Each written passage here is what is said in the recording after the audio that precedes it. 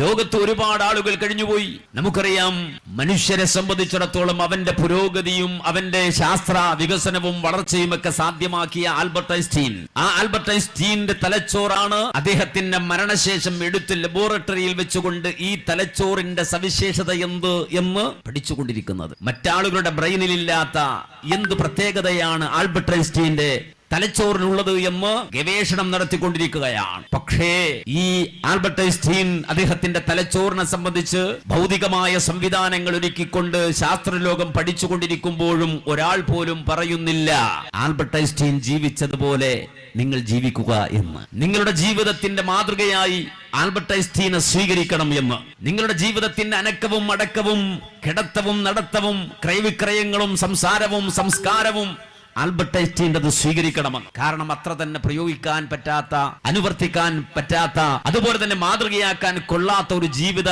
ക്രമമാണ് ആൽബർട്ട് ഐൻസ്റ്റീന്റെ വ്യക്തി ജീവിതം എന്നുള്ളത് പരക്കെ അറിയപ്പെട്ട സംഗതിയാണ്. പക്ഷെ അദ്ദേഹത്തിന്റെ തലച്ചോർ ഇന്നും പഠിച്ചുകൊണ്ടിരിക്കുന്നു. എന്നാൽ മുഹമ്മദ് നബി സല്ലല്ലാഹു അലൈഹി വസല്ലം ആ പ്രവാചകൻ ഏതെങ്കിലും വാക്കുകളിലൂടെ, കവിതകളിലൂടെ മാത്രമല്ല ജനമനസ്സുകളിൽ സ്ഥാനം പിടിച്ചത്. നേരെമറിച്ച് ലോകത്തോട് നിരന്തരമായി ആവശ്യപ്പെട്ടുകൊണ്ടേയിരിക്കുകയാണ്. നിങ്ങൾ എത്ര തന്നെ പുരോഗമിച്ചാലും, വളർന്നാലും, പുരോഗതി പ്രാപിച്ചാലും, വികസിച്ചാലും, ലഖദ് കാന ലക്കും ഫീ റസൂലില്ലാഹി ഉസ്വത്തുൻ ഹസന, മുഹമ്മദ് നബി സല്ലല്ലാഹു അലൈഹി വസല്ലമയെ നിങ്ങൾക്ക് ഫോളോ ചെയ്യാം. നിങ്ങളുടെ കുടുംബത്തിൽ, നിങ്ങളുടെ കച്ചവടത്തിൽ, നിങ്ങളുടെ രാഷ്ട്രീയത്തിൽ, നിങ്ങളുടെ വ്യക്തി ജീവിതത്തിൽ, നിങ്ങളുടെ സംസ്കാരത്തിൽ, നിങ്ങളുടെ സംസാരത്തിൽ, നിങ്ങളുടെ സാമ്പത്തിക ക്രയവിക്രയങ്ങളിൽ എല്ലാത്തിലും നിങ്ങൾക്ക് ഫോളോ ചെയ്യാം. ഉത്തമ മാതൃക ഹബീബുൽ വറ മുഹമ്മദുർ റസൂലുള്ളാഹി സ്വല്ലല്ലാഹു അലൈഹി വസല്ലം.